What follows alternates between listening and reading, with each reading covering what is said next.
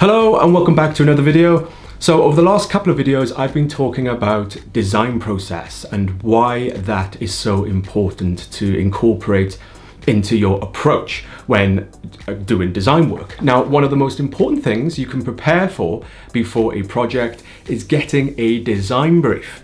In this video, I'm going to be talking about the design brief and why I believe it is so important that you get a good design brief before starting any project.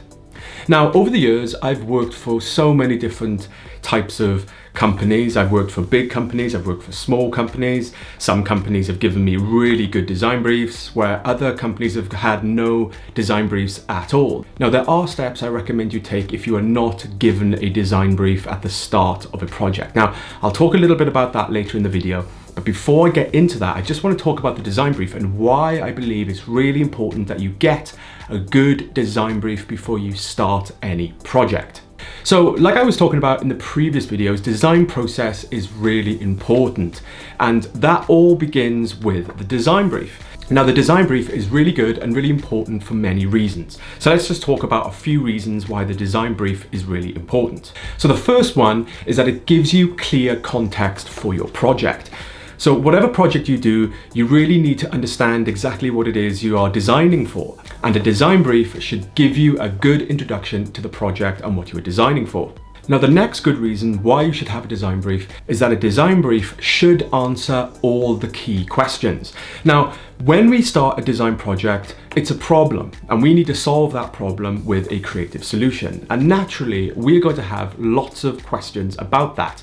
Questions like who the audience is, questions like what the context is, questions like what their company and business is all about, questions like what they want to avoid, what they dislike, and questions like, what their goals are, what their missions are for the design project. Now, if you don't have a design brief and you're dealing with a client and it's all just verbal conversation, it can just get a bit lost. And it's really important that you have the design brief, so it should really highlight all these key questions to help you solve the creative problem. So the next good reason why you should have a design brief is that it should give you solid guidance. Now, there may be things that the client likes and there might be things that the client does not like. So really earlier on in the project, it's good to know the boundaries and where you want to go. This can save a lot of time for you. So if you, again, answering all those questions, it's good to be organized at the beginning of a project and know exactly the criteria you need to work with. So really what you're looking for at the beginning of any project is just a little bit of guidance, and the design brief should really give you that. So the next good reason why you should have a design brief is that it should ultimately give you inspiration. Now, when we work on any design project, we're trying to avoid making arbitrary decisions, and we want to find meaning, substance, and relevance, and most importantly, appropriateness for our work. Now, a design brief, like I said earlier, should answer all the questions and give us inspiration, which can help us trigger ideas. There might be something really interesting in a design brief that you might pull out and think, well, that could be a really good idea to base, say, a logo design on, or a brand on, or just come up with some good ideas to base your design off. Ultimately, when you develop your creative solution, you're looking to get that meaning, and more often than not, you can get that meaning from a good design brief. So another good reason for a design brief is it can keep you focused. Like I said earlier on, a good design brief should do lots of things like outline the context, answer lots of key questions, and this can really keep you focused. You don't want to waste any time looking into things that ultimately the client is not going to like, or will ultimately lead you to a non-appropriate design solution. So a good design brief gives you lots of key information which can help keep you focused. Now, another good reason to have a solid design brief is that it can be a point of contention. Let's say, for example, later on down the line, the client has some subjective opinions about your work. They don't like things, they don't like the color, they don't like the creative solution. Well, you can argue that your design works by pulling them up on the design brief. You can say things like, well, everything that we've designed, the creative solution is based off the brief. As long as your creative solution is tied to the brief, then you can say to the client, well, we agreed on the brief initially. Everything that I've done was to the brief. I believe that the creative solution satisfies the brief, and that can help you sell your design, and it can help you contest and make your case for your design should you have any problems with a client later on down the line when you come to present your work.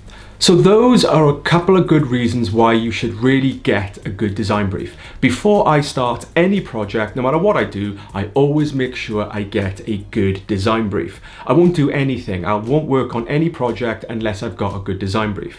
Now, if the client provides a brief, I'll first look over it, and if it's not adequate, then I'll do a pushback, and I will make sure that I am happy with my design brief. Now, over the years, I have created techniques to create solid design briefs. Like I said at the beginning of the video, sometimes I've worked with clients who have given me a really good design brief because they're big and they've got funds to invest in making a good design brief. Or I might be working with small companies that don't know how to make a design brief, don't know what a design brief is, and don't know how to make one. Now, if you find yourself working with small clients who don't have design briefs, then there are steps you can take. On my GDS channel, I have a series of videos where I talk about the design brief in detail. If you're wondering how to make a design brief like this, I have a series of videos where you can go and check them out. In the description is a link to a playlist where I have talked about the design brief, what makes a good design brief, what to include in the design brief, and also templates. So if you're interested in learning how to create a design brief from scratch before you start your projects, then you can learn how to do that, and you can get the resources for free. Just jump over and check out those videos. So that's it, guys. That's the design brief. Now, I would really encourage you get a solid design brief before starting any design project, because it can really help in your design process. So let me know, guys, in the comments, what do you think? Do you think a design brief is really important, or do you think it's not important? I look forward to hearing from you and having a conversation in the comments. So if you liked this video and you thought it was important, please like and subscribe, and don't forget to follow, as there's going to be loads more videos about the design process coming up in future. So guys, I'll see you in the next video.